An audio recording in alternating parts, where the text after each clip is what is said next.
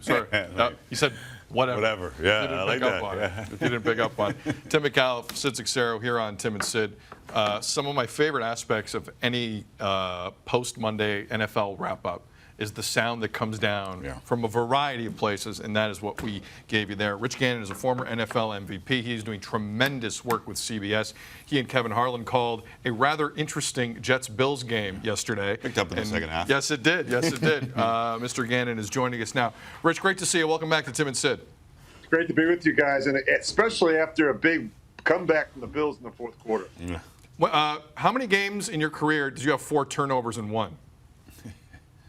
Probably 0. I did some research actually during the game, guys, and when you turn the ball over 4 times on the road, your chances of winning are less than 1%. That's just the reality of it, and you just got to give Josh Allen and this Bills team a lot of credit. They showed great poise and composure under some really difficult circumstances. They didn't panic on the road in the division, and to me that was really impressive. But game ball has to go to the defense. I thought the defense really hung in there and gave them a chance, especially late. All right, if it's not the Jets, and the Jets might have a better kicker, it might be a different result. But what, from the entire weekend, I know that you guys, as a part of the crew calling the game, get to spend a little time with some of the guys. Did you spend any with Josh Allen? And what's your takeaway for the guy that Bills Nation is pinning a lot of hopes on?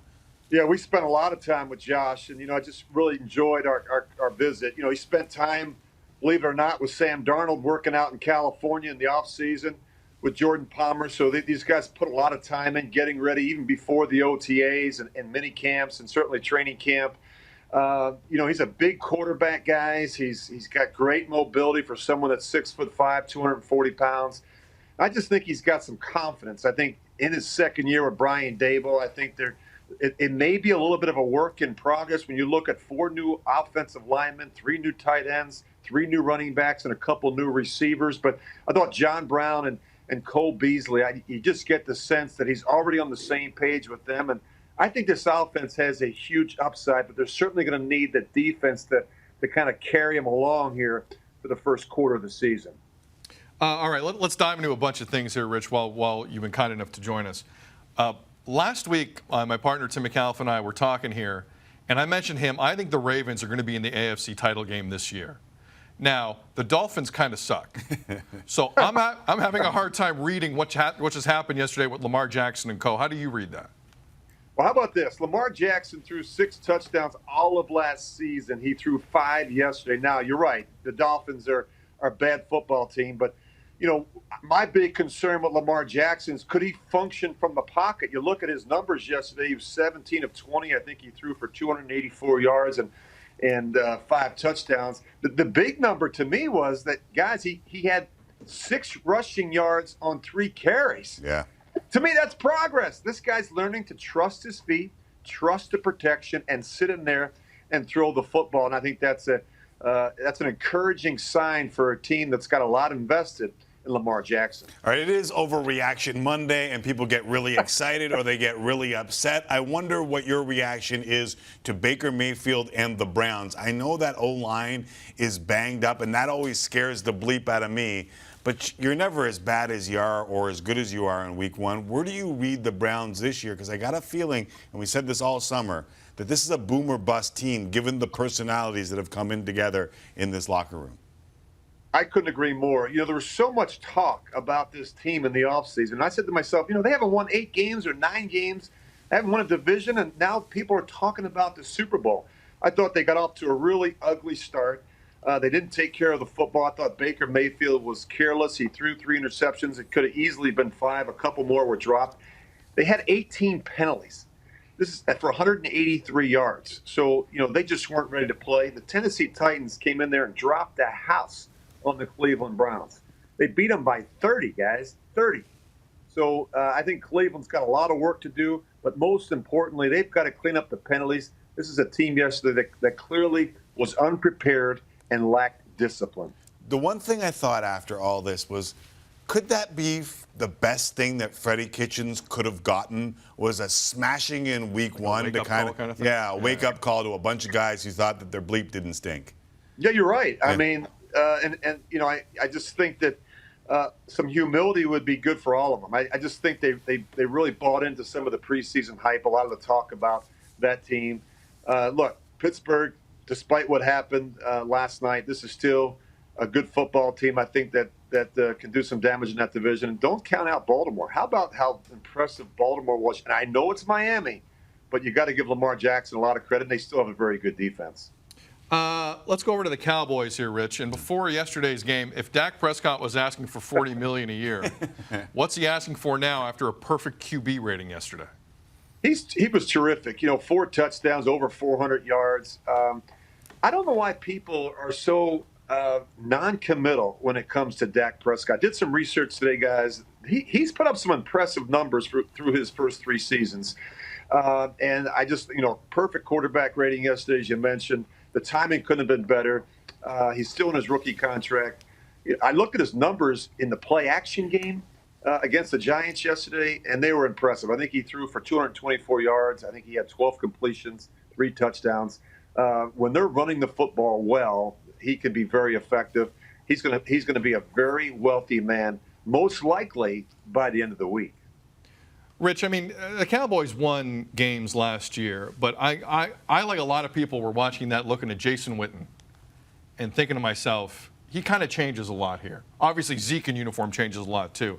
But to have that security blanket, Rich, in such a vital position, how is he going to change things for them? Well, you're right. He's a security blanket. He's a veteran tight end who knows how to do damage in the middle of the field. He's a willing participant in the running game as an edge blocker. He's a really good inline tight end. But I think most importantly, where he really makes a difference is in that locker room. The players respect him. He's been a Cowboy since day one. And when he speaks, people listen. And I just think from a leadership perspective that they really missed his presence a year ago. I think getting him back was a no-brainer for Jason Garrett. All right, you didn't think we'd get through this whole thing without talking about Antonio Brown, did you?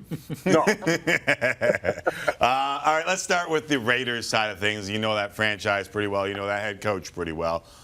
What did you make of the dismount in Oakland, and did it surprise you how quickly all of this moved? Well, I think when you put your own self-interest in front of the team, then I think you put yourself and your team at risk. And clearly this was a very selfish player. There's a reason why they moved on from him in Pittsburgh. It didn't work out in Oakland. He never bought in. You talk about the feet coming into training camp with the helmet. He wasn't participating in practices. He was missing meetings. And just a very selfish player. And I think that the Raiders, I think particularly the locker room, they're happy to move on from him.